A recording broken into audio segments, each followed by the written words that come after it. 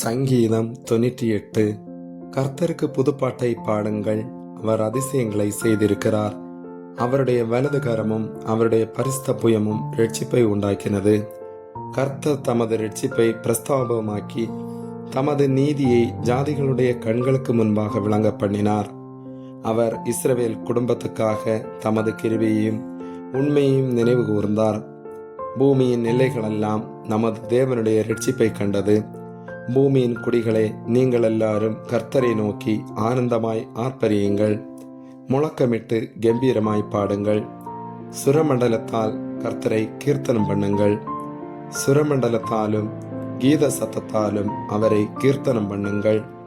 கர்த்தராகிய ராஜாவின் சமூகத்தில் பூரிகைகளாலும் எக்கால சத்தத்தாலும் ஆனந்தமாய் ஆர்ப்பரியுங்கள். சமுத்திரமும் அதன் நிறைவும் பூச்சக்கரமும் அதன் குடிகளும் முழங்குவதாக. கர்த்தருக்கு முன்பாக ஆறுகள் கைகொட்டி பர்வதங்கள் ஏகமாய் கம்பீரித்து பாடக்கடவது. அவர் பூமியை நியாயந்தீர்க்க வருகிறார். பூலோகத்தை நீதியோடும் ஜனங்களை நிதானத்தோடும் நியாயந்தீர்ப்பார். ஆமேன்.